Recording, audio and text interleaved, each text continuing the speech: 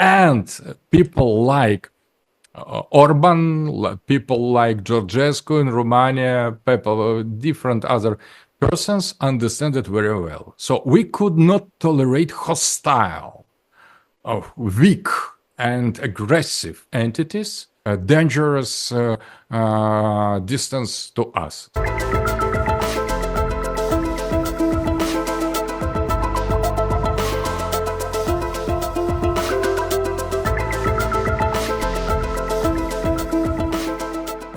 What, or at least in your perspective, what is the intention of President Putin?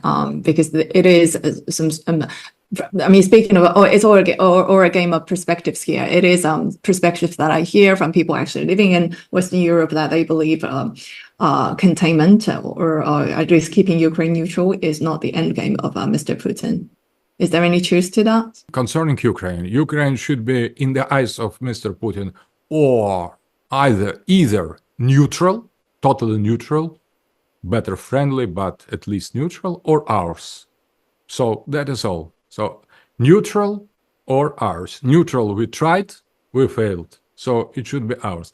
Concerning Eastern Europe, I would repeat the same. Either it will be neutral, or it will be ours. So that is for, and people like Orban, people like Georgescu in Romania, people, different other persons understand it very well. So we could not tolerate hostile, weak and aggressive entities and the dangerous distance to us. So, but the threat of Ukraine is existential, and the threat of the Eastern Europe is less existential. So it is, I think, the product or the case of bargain. But we could say, so maybe it could be a bit more hostile, a bit more neutral, but we prefer to be neutral or friendly. Hostile Eastern Europe represents for us existential threat of the second degree, of the second importance. Ukraine represents for us the existential threat of the first degree. It is to be or not to be. That is more or less how I would answer. If I could just make a very quick point on this latter issue of Putin's intentions.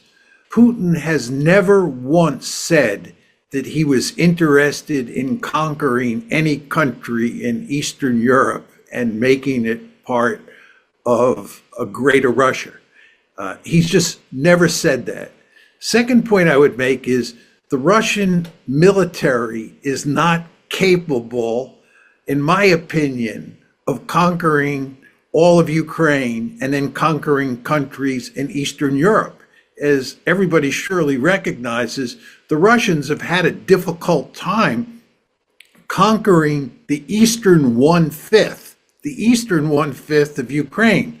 The idea that this is the Wehrmacht in World War II that's poised to launch a blitzkrieg into Eastern Europe and then into Western Europe is an argument that makes zero sense. It's a crazy argument.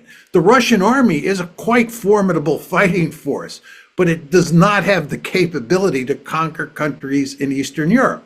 The third point I would make is the Russians occupied Eastern Europe during the Cold War. It was a nightmare. They had a big insurrection that had to be put down in Germany, East Germany, in 1953. They had to invade Hungary in 1956. They had to invade Czechoslovakia in 1968. There were 3 times they almost had to invade Poland to put down insurrections. They had huge problems with the Albanians and the Romanians. The idea that the Russians want to go back into Eastern Europe and try to manage the politics of those countries is a laughable argument. They would be crazy to do that. And Putin, you might not like him, but he is a first-class strategist, and he surely understands. I believe that even occupying the western half of Ukraine would lead to unending trouble because of all those ethnic Ukrainians there. that Professor Dugan was talking about before. The last thing he wants to do is start trying to conquer countries in Eastern Europe. I've been there, I've done that, and it did not work out very well. Exactly. In that sense, I agree. I agree.